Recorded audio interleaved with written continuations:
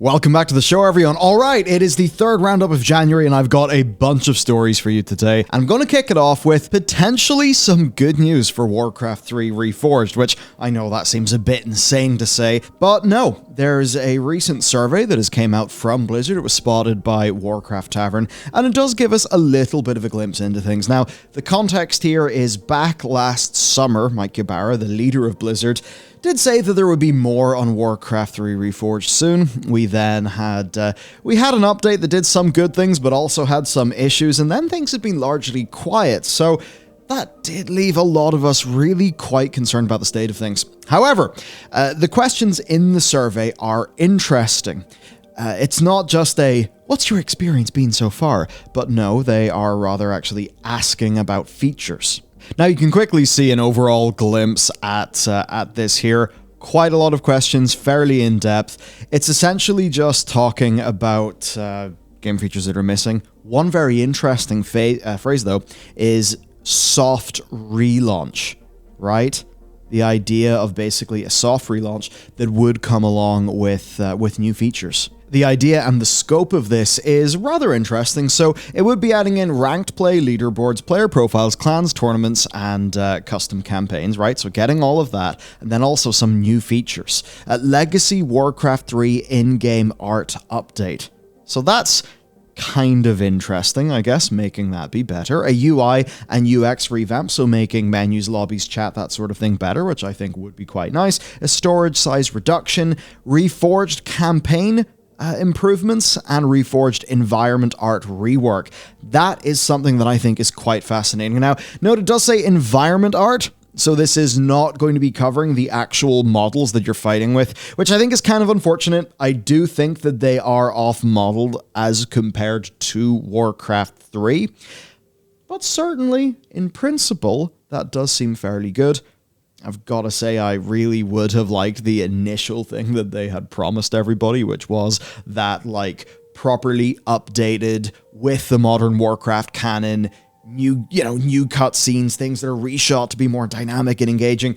I really would have liked that, even the mission tweaks, that sort of thing, because Blizzard has came on a lot, really. I mean, Warcraft 3, fantastic campaign. You then move that into StarCraft 2, and that really does show the RTS chops at Blizzard Entertainment. Of course, we do have to contend with StarCraft 2 essentially being dead in the water, but it is what it is. What I would say, though, is that there is a fantastic Warcraft 2 project in the works. It's a fan-made project that really does look awesome, basically giving us a custom campaign for War 2. So personally, if anything were to trickle down to that and make that a better experience, for me, that's really the main reason that I would be excited. Though undoubtedly, the competitive community has been very much wanting for a long time on this game. All right, so that's pretty much that. Should say the 2024 is the 30th anniversary of this franchise. Maybe they would have something planned for then. When I look at the scope of some of those things, like some of those art reworks, those don't really seem like something that would be a super quick turnaround project. The next thing then is I'm going to give you a bit of an inside scoop on game publishing. So, right, we've got a game. It's called A Pale Beyond. Now, this isn't really some YouTuber tie-in game or something. No, like the intent has always been actual true game studio making full-sized games, in this case with our publisher Fellow Traveler.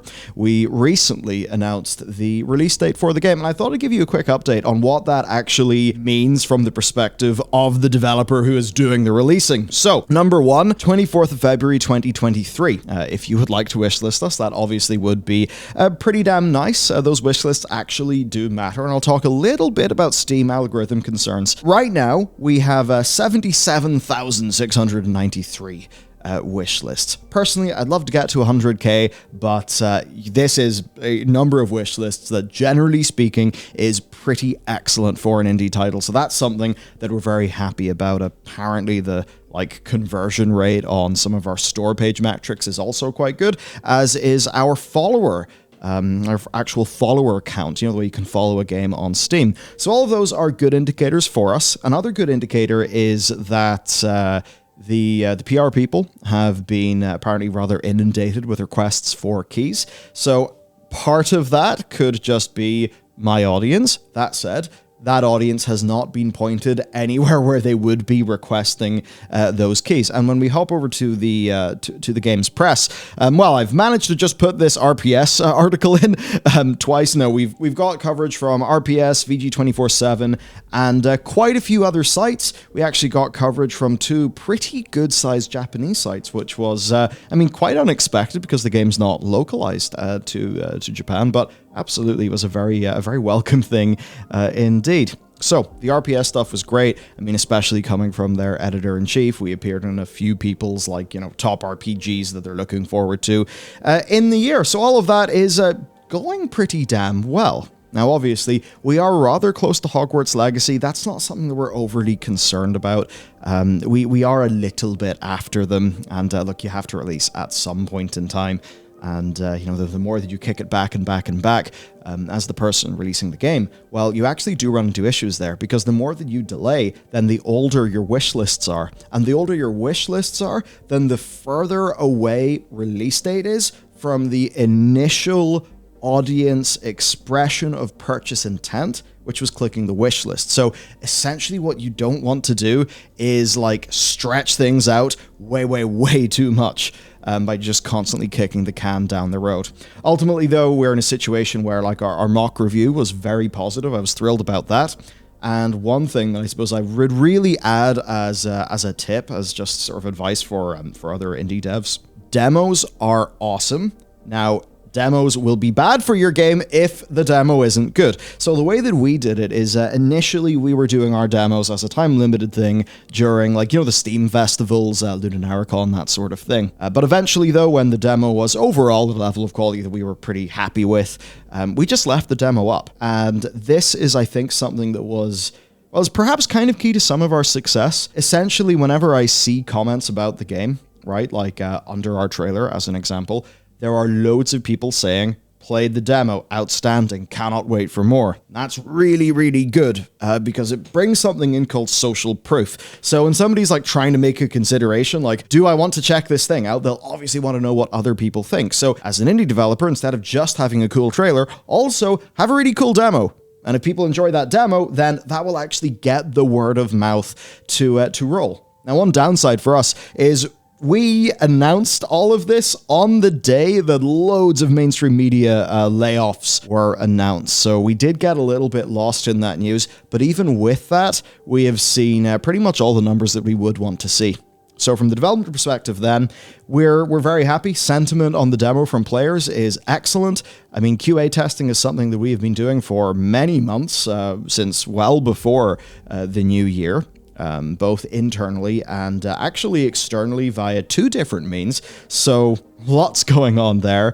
And yeah, I think we're pretty much hitting code lock this week and getting everything done. So for us, it truly is the final stretch. The next thing then will be, how do we market this game? Generally, you don't want to go low and slow with marketing. Generally, you want to pick your period of time and just kind of go ham.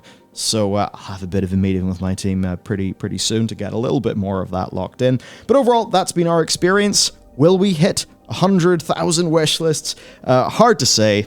The entire thing is really rather surreal, but anyway, that's just some of my thoughts. From the side of being the developer, of course, is working, you know, with a publisher, and at the same time, you know, the publisher will be doing all the things that publishers do, right? So engaging with the PR, you know, having the, you know, the QA, all of that, and, you know, all the production assistants, all the things, you know, the things that publishers do that actually are good things.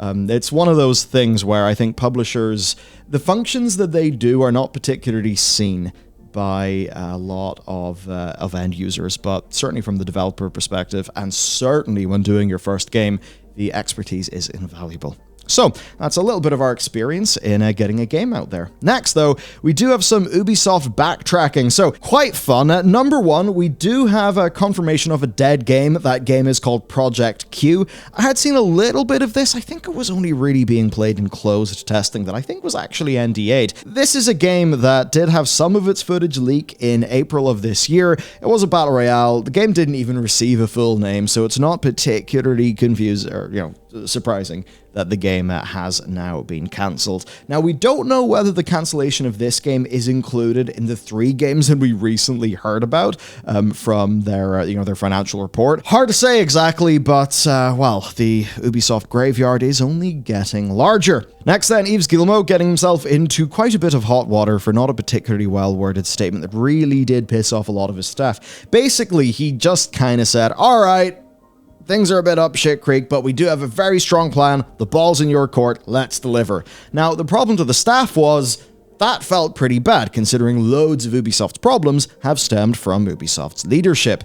He did respond to that because in a company-wide Q&A session, this is one of the heavily backed questions from employees, saying, the ball is now in our court. Throwing his words back, saying, for years, it has been in your court. So why did you mishandle the ball so badly that we, the workers, have to fix it for you? Again, the idea, if you are crewing a ship, I mean, if the captain is hell-bent on steering you in the wrong direction, short of a mutiny, which I don't think is really going to happen at a big company, what the hell do you do? And that ultimately is it. So he said, I've heard your feedback. I'm sorry that it was perceived that way. Again, don't do the sorry it was perceived that way. That's generally not the best. He did say, though, when saying the ball is in your court to deliver, to deliver a lineup in time at the expected level of quality, I wanted to convey the idea that more than ever, I need your talent and energy to make it happen. Again, that's it is a walk back, right? It's a verbal walk back. But considering that it is people's talent and energy that he has been really, the chief of wasting for quite a few years now, I still don't think that's going to make staff particularly pleased. Now, apparently also, Kotaku reported that Ubisoft management refused to hear calls for proposals for things like a 4-day work week and raises to match inflation. And overall, the hour-long affair was filled with industry buzzwords and business jargon and light on specifics. So basically, it's a little bit of a walk back. That's really all that happened. We then have to see, will the strikes that are being planned at Ubisoft Paris actually have an impact? It is quite interesting. Even look at the 4-hour work week thing. I would say, much like, a lot of new things, 4-hour work week, it does have its pros and its cons. It depends on the sort of role. It depends on the sort of organization. I would still, I'd be interested in some things like, okay, the places where it has been tested, like in Iceland, that's for a more procedural type of work. How does it work for the more creative things? What is the right balance? And also, 4-day work week, if you're an experienced adult, you've really got your shit together, and you can just show up and perform incredibly for 4 intense days as compared to 5. Well, for some people, that's going to be pretty easy to do. For others, though, the 4-hour work week can be quite challenging and stressful. So again, so much of this comes down to really good project management, really good leadership, and I don't necessarily think that Ubisoft actually have that. Next then, we do have a fun little situation that's not really particularly fun because it's a pretty concerning hack that's going on with GTA Online. And that is concerning because that game is absolutely humongous. So, do you remember a while back we were talking about remote code execution, that basically there was a remote code execution vulnerability in the Souls games? Pretty damn rough. Well, as reported by PC Gamer, there is something along those lines happening with GTA Online, where these hackers can reverse account progress and force kicks or bans from PC servers by messing around with your account directly. Per a Rockstar commentator Tez 2, this is a partial code execution. So, quite interesting. Apparently, they are getting closer and closer to developing a full remote code execution exploit via their method, which would be really quite bad indeed, given the scale of this game. Anyway, this has all led to Rockstar support basically saying, we know there's a problem, we aim to have a title update to solve this problem, reach out to support if you've had issues. So, again, hackers do just make everybody's life that bit harder, and it's quite unfortunate.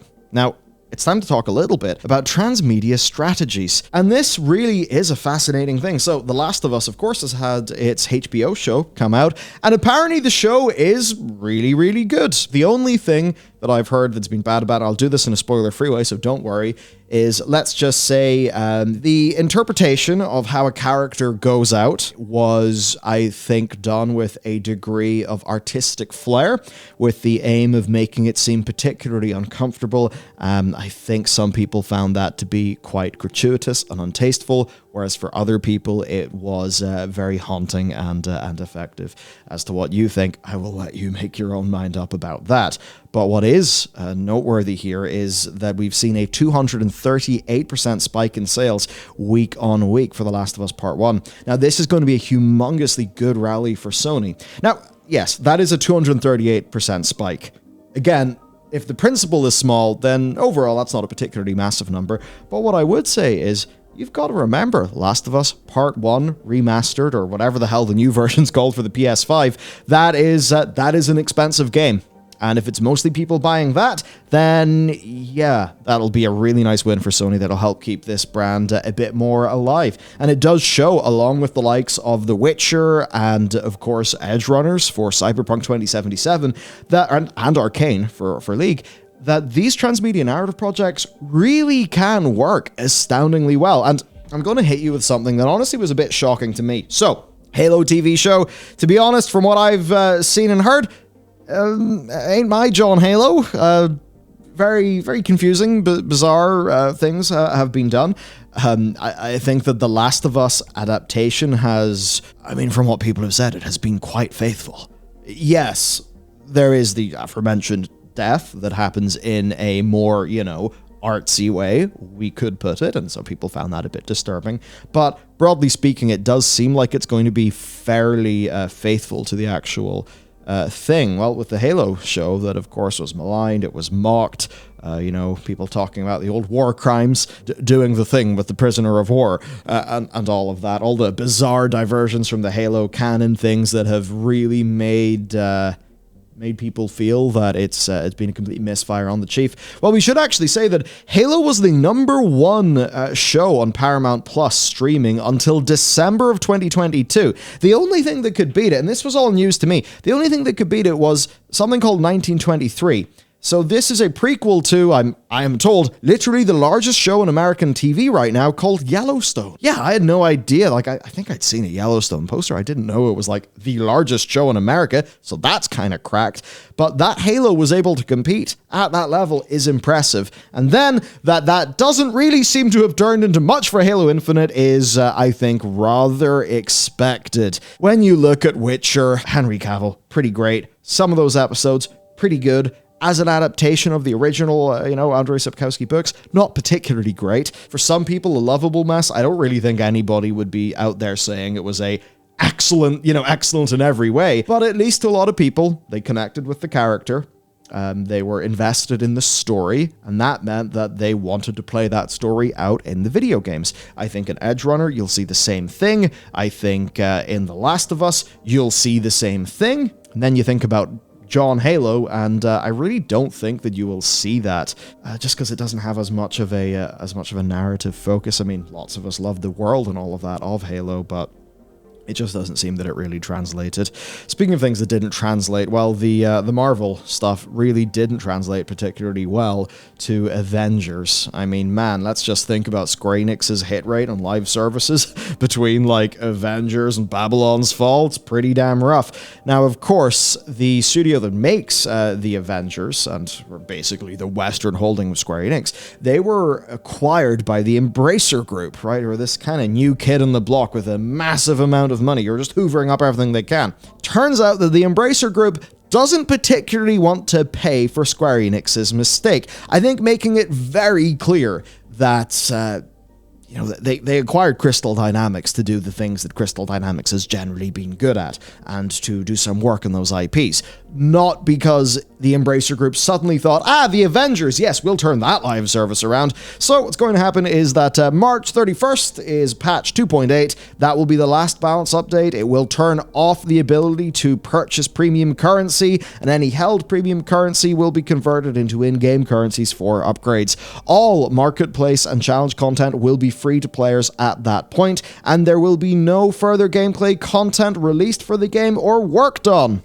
That's it. Game dead, and all official support ends September 30th, where the game will no longer be sold digitally. However, after that point, it is true that single-player and multiplayer will continue to function. Events will be on a rotation. Spider-Man will continue to be a PlayStation exclusive, and no refunds will be given for any purchases made during the lifespan of the game. I mean, if there was the most goodwill in the universe, you could see that happen, but frankly, from the perspective of Embracer Group, like, that is a cost they just don't need to take, and ultimately, it's Square Enix's loss, not theirs, and I think they're going to be more interested in drawing a line under that shit and moving on to whatever they think is next. Again, you'll be thinking about the IP and the development talent that they've acquired there, which is pretty damn substantial for IP. I mean, come on, Deus Ex, as well as other things, and for talent like, look, while they may not be the most groundbreaking games in the universe, Crystal Dynamics' Tomb Raider games were pretty damn good. Yeah, they were. I mean, damn, they were at the very least technically super impressive at many points. So it's an interesting thing. Overall, I can't begrudge them. I mean, look, it would be all nice if everyone could get refunds all the time, but if you're thinking about, like, the decision making there, I mean, do you just want to lose all of those millions? No, not really, and if it's Square Enix's mistake, you're probably going to think that you can get away with just dropping support because people are mostly going to blame Square Enix. At least that's what I think is going on with that. So overall then, that's it amidst a bizarre week that's had so many layoffs in big tech and in games media, and some games companies as well. So much chaos. I thought it was good to just bring you these smaller but still pretty damn important stories that are going on. Again, if you'd like to support what we're doing and take a look at The Pale Beyond, there'll be links down below. We just, of course, we have the launch trailer that came out. You know, in the fine tradition of video game trailers where the launch trailer comes out like a month before the game or 2 weeks before the game.